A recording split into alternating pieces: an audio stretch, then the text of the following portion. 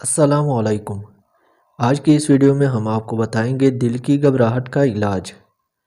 اس چھوٹی سی ویڈیو سے آپ کو بہت فائدہ ملنے والا ہے، تو چلیے شروع کرتے ہیں۔ سب سے پہلے ادرک، لہسن، پودینہ اور انار دانہ سے چٹنی بنا کر کھائیں۔ یہ دل کی گھبراہٹ کو ختم کرنے کے لیے دنیا کی سب سے بہترین خوراک ہے۔ دوسری خوراک یہ ہے کہ سنا مکی کے پتوں کو گیلا کر لیں اور اس کو رکھ دیں پوری رات، اور صبح اٹھ کر اس کا پانی پیئیں۔ یہ آپ کے دل کو طاقت بخشے گا، کیونکہ ہمارے پیارے محمد صلی اللہ علیہ وسلم کا ارشاد ہے کہ یہ دل کو طاقت بخشتا ہے۔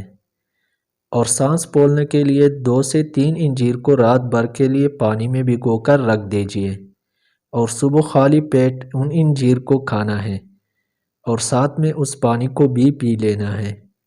تو انجیر کو بھگوتے وقت اچھے طریقے سے دھو کر صاف کر کے بھگوئیں، تاکہ آپ اس پانی کو بھی پی سکیں۔